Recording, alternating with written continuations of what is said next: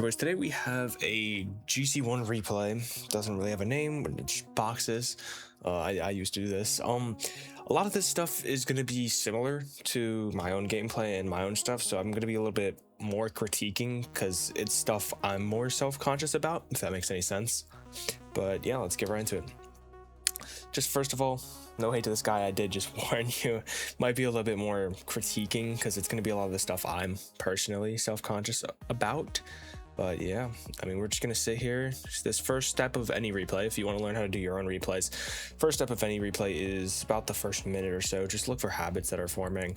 Like right now, you can't consistently say something about him because yeah, right here he jumps, and then that doesn't mean he would do that every time. So we're just going to see if we see any habits in his gameplay. Yeah, he does seem like he's pretty confident in jumping. That's the third time he jumped for a ball that wasn't like fully his, like, you know, it's just confident in general. Again, here he's gonna get dusted. Yeah, I mean, good that he backed off. That's smart. Good pads. You can get this boost and go for a setup. Nah, I mean, your like takeoff from air dribbles aren't, it's not great. Your flips also look off. I'm not trying to bully you, but you know. Oh yeah, we have two for this guy, and he just goes AFK here. I assume his controller DC'd or something, because I mean, yeah, hopefully he didn't just throw his controller across the room because he misflipped or something. you never know. But yeah, I assume his controller DC'd, but hopefully we don't have a repeat of that other vid. If you know, you know. Champ 2 is atrocious. Or Champ 3, I don't remember, but Champ in general, something like that. The actual disaster of the vid. If you watched it, you watched it. If you didn't, it's all right. Good patience. I mean, honestly, you could chow that quicker, if anything. That's all right. It does feel like you're having a bit of like overthinking syndrome, which yeah, I can definitely relate to that one. Yeah, it does look like you're overthinking and hesitating from it. All right, definitely seeing that pattern just from so far. It's good positioning. This is yours. You can take this back or take it up. All right, I mean, honestly, once you make that touch, you don't need to stick around, if I'm being honest. You should have just taken that back. It gives you a way easier like control on the ball. Yeah, you're taking too much time there. You're gonna let him chow you, and it does actually work out, but it could be from a teammate. I don't think you can get to this. It's a free shot. All right, that's like the third or fourth time where you just didn't take your time on the shot. Like, okay, this is something I've seen in myself, obviously. What changed really when it went from going from GC1 to GC2, the biggest difference is just consistency. And the definition of consistency is going to change depending on what you think it is in your own head. But in this scenario, 99% of the time at this rank, you're not going to want to play off of his position. You just want to play the best shot you can possibly put on. And obviously a bottom left rolling ball, well, not rolling, but kind of slow ball is never going to really go in. Doesn't really matter where he is. Obviously it's like a bit of an exaggeration, but your goal when you are shooting the ball or even dribbling it, like when you had before, when you were just kind of flick it over him and then you ended up committing, you just didn't really go for a shot. You were just going for an outplay, and you're looking at him instead of actually like where you want to put the ball in the net. And yeah, it does get you scored on, but I would definitely say to work on that is when you have a shot opportunity, your goal isn't to outplay him. Your goal is to put on the best shot available for you. Try to focus on shots instead of outplays when you are in those 1v1 scenarios. Because when you're in that 2v2, an outplay is only going to give them the ball. And yeah, it's actually a great example of that, where you didn't want to give him the ball. I mean, this could just be him faking you from this, but in the hypothetical that it's not, it's just kind of a point I'm trying to make here is this clearly gets him out of the play, but in a 2v2 scenario, you can't just get one guy out of the play and he's just going to get the ball, because that's exactly second man's job, is to be in that point where, you know, if my teammate gets outplayed, I can recover it. So just keep that in mind.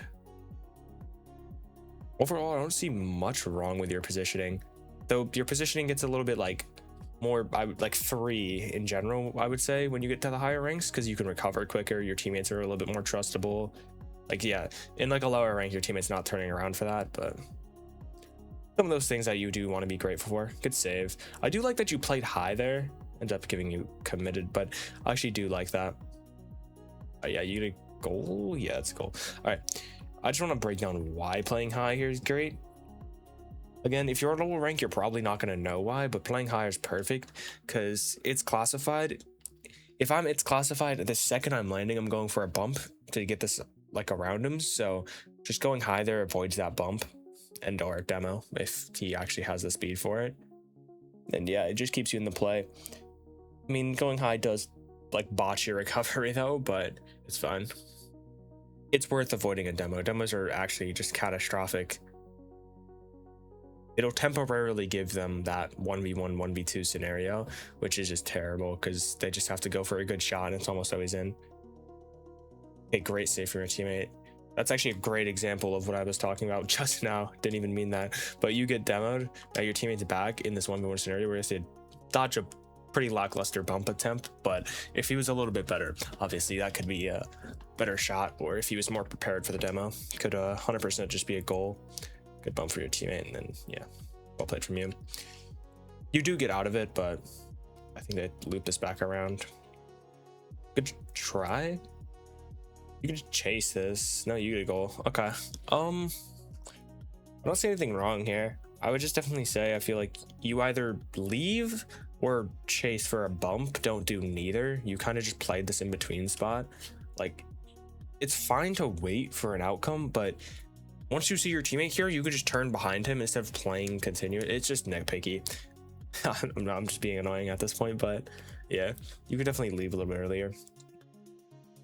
Not really a big point though, I would say. Not something we've seen a lot, like pattern wise. Hopefully your teammate has that. You can get this boost. Yeah, you're good. He's gonna have it. He's gonna give it to you. You could have just grabbed his boost. You actually just give him that 100. Fortunate. Decent positioning. Yeah, I mean, it's not a great touch. It's good positioning and a good idea.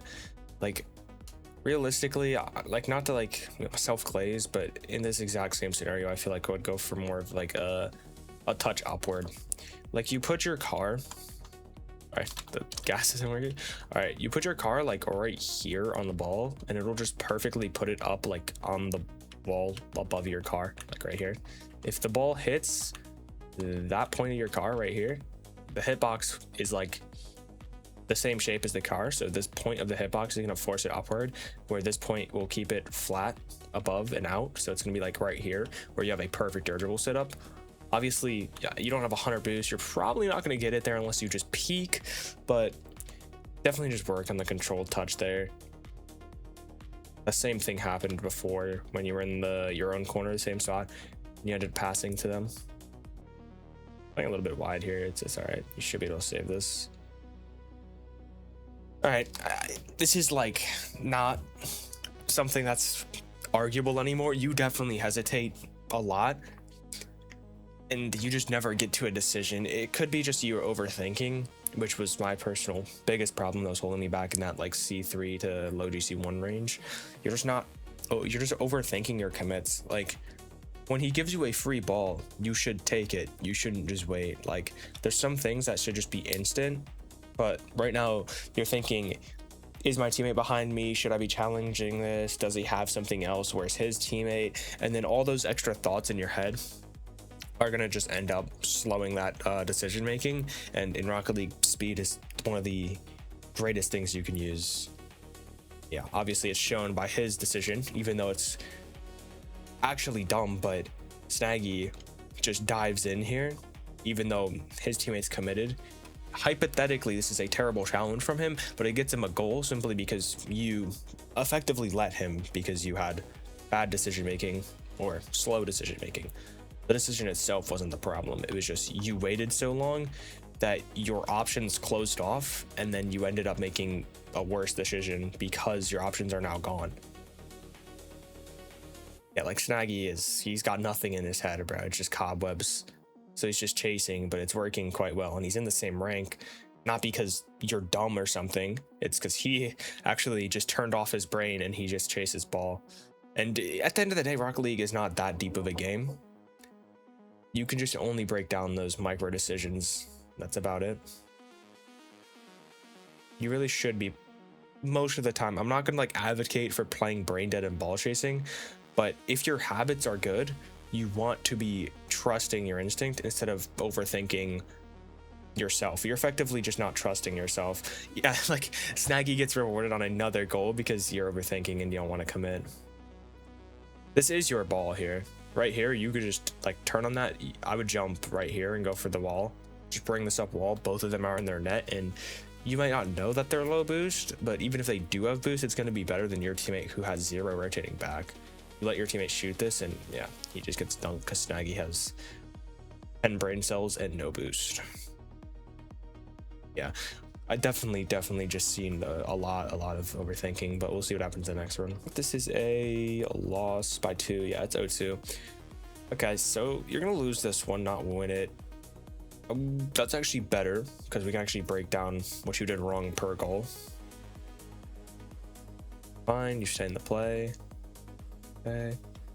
I mean, yeah, it's a little bit passive, but your teammate has it. Well, that's gonna be a goal now. No? Okay, it is.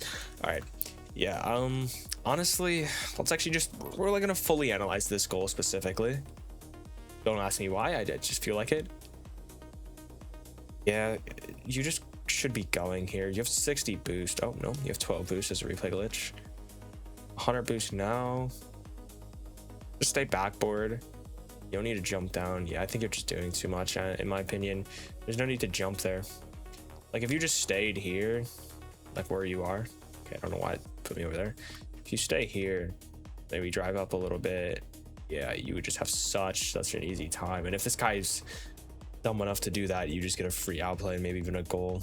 But backboard is your friend, bro. The more I like look at replays and stuff, the more backboard actually seems so valuable. Like it's not directly your net. Obviously, it's not going to prevent a goal. Sometimes it will, obviously, like right now, it's going to prevent the outcome turning into a goal, but it just gives you free control over the map. Like most of the time, your teammate's going to be playing down here. If you play that backboard area, they can't score. Like I'm being genuine. If your teammate's in net and you're playing backboard, like ideally your teammate would be somewhere over there, like where he is, like this, and then you would be somewhere like right here. You can cover all of this and up here, and then he covers all of this, and it's honestly unbreakable defense unless they get some absolute insane shot. Like right here is the most vulnerable spot in your net, and it's not that easy to just snipe that at like 150 or something. I'm just yapping, but definitely try to utilize that backboard in your defense. It'll help you so much. Like it's like insane, actually, being honest right now. Like it's not an exaggeration that like backboard can genuinely make your defense feel like 3-4 times easier. I haven't seen a lot of that hesitation in this one yet. Maybe it's just that one game. You were just like tilted or something. I mean, that will happen. You can't say it won't. Good beat. It's a free shot. Just take your time. Yeah, that's fine. It's not the end of the world. It's better to take your time for a shot you'll score than rush a shot that is just pretty much you committing for nothing. All right, I'm definitely seeing some rotation issues so far. You push up pretty far for no reason. It puts you in a pretty bad spot when it comes terms to like second man, like actually following the play. Not your teammate's ball, but all right. Sometimes you gotta let them cook, whether or not they're supposed to be. But a great challenge, not a great touch. I assume this game you're like kind of like, I don't know, maybe not feeling it, but you could be on autopilot at this point. It does look like it. Autopilot is not your enemy. I don't know why people say that. Autopilot is only your enemy if your base decision making is terrible. It's what we're looking at right now. Definitely huge thing. Analyzing kind of turned into a autopilot versus overthinking scenario. So I mean, if that's why you're here, that's why you're here. But yeah, I would definitely say when you're autopiloting or when you're in like this phase of when you're playing, you're just kind of not thinking about the outcome. Like right here, you just gave him the ball, even though you outplayed one. And then you just went for boost. Like you're kind of just driving past the play like it doesn't matter. Same with your rotations past your teammate. Especially on defense, you kind of just breeze past post and then just play next to him.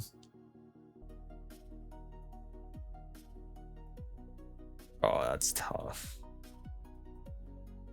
I just realized I don't have game audio. I'll probably just put some music or something on it because it's gonna feel really weird if there's no game audio. Hope you guys don't mind too much. Yeah, I mean, there's no attention.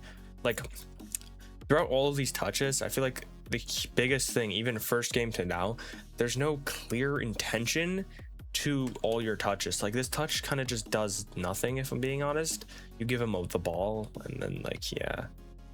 You just end up losing your, like, pressure here. Your touches should have intention. In the first game, the problem was you weren't, like...